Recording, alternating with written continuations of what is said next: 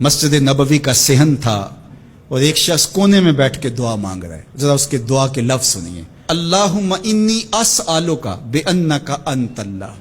اے اللہ میں تجھ سے اس لیے مانگتا ہوں کہ تو میرا اللہ جو ہے. ذرا غور کیجیے. میرے والد گرامی فرماتے تھے کہ بیٹا باپ سے کہے کہ ابا جی میں آپ سے اس لیے مانگ رہا ہوں کہ آپ میرے ابو جو ہیں، تو باپ کو اپنا وجود بیچ کے بھی دینا پڑا تو اس کی ڈیمانڈ پوری کرے گا.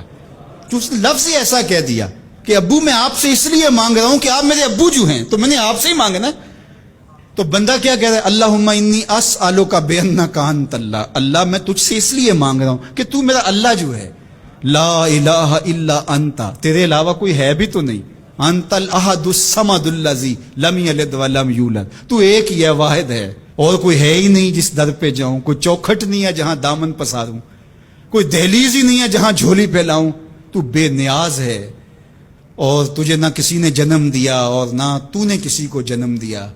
مالک میں تیرے حضور دعا کر رہا ہوں. یہ وہ دعا کر رہا تھا کہ میرے حضور نے سن لی. تو ایک صحابی کو فرمایا کہ یہ جو دعا کر رہا اب جو مانگے گا اللہ عطا کرے گا. اس نے مانگا ہی اس ڈھب سے ہے، اس ڈھب سے ہے. ایک دعا اور سن لیجئے جو سیدنا علی المرتضیٰ رضی اللہ تعالی عنہ رب سے مانگتے ہیں. اللہ اکبر. مجھے تو آج سارا دن اس دعا نے نحال کیے رکھا. یہ دعا مانگتے ہیں تو عجیب کیفیت ہوتی ہے. یا سریع رضا اغفر لمن لا یملک الا الدعاء. اے جلدی راضی ہو جانے والے، چھیتی مان جانے والے، اغفر لمن لا یملک الا الدعاء. اسے معاف کر دے جس کے پاس دعا کے علاوہ سہارا ہی کوئی نہیں، جس کے پاس دعا کے علاوہ کچھ ہے ہی نہیں جو پیش کر سکے. التجا ہی کر سکتا ہے، ترلا ہی کر سکتا ہے، منت ہی کر سکتا ہے. منتوں اور ترلوں کے علاوہ جس کے پاس کچھ نہیں ہے، اے جلدی مان جانے والے اس کی مغفرت کر دے، اس کو بخش دے. اللہ اکبر. تو وہ کریم ہے، وہ کہتا ہے میرے در پہ آؤ تو صحیح، کوئی جھولی پھیلاؤ تو صحیح. ہم تو مائل بکرم ہیں، کوئی سائل ہی نہیں. راہ دکھلائیں کسے راہ رب منزل ہی نہیں.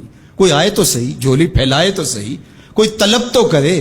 دنیا والوں سے مانگیں تو ناراض ہوتے ہیں، اللہ سے نہ مانگیں تو ناراض ہوتا ہے. اللہ کہتا ہے مجھ سے نہ مانگو گے تو پھر کس در پہ جاؤ گے؟ قل ما یعبؤ بکم ربی لولا دعاؤکم. اگر تم نہیں مانگو گے تو پھر وہ بھی پرواہ نہیں کرے گا. تم مانگتے رہو گے، جھولی پھیلاتے رہو گے، وہ اپنی رحمتیں تمہارے دامن میں ڈالتا رہے گا. اس کے خزانوں میں کوئی کمی نہیں آتی. ہر بندے کو اس کی ڈیمانڈ کے مطابق، چاہت کے مطابق، طلب کے مطابق، آرزو اور تمنا کے مطابق دے دے. اس کے خزانوں میں پھر بھی کوئی کمی نہیں آتی. تو اسی سے مانگے.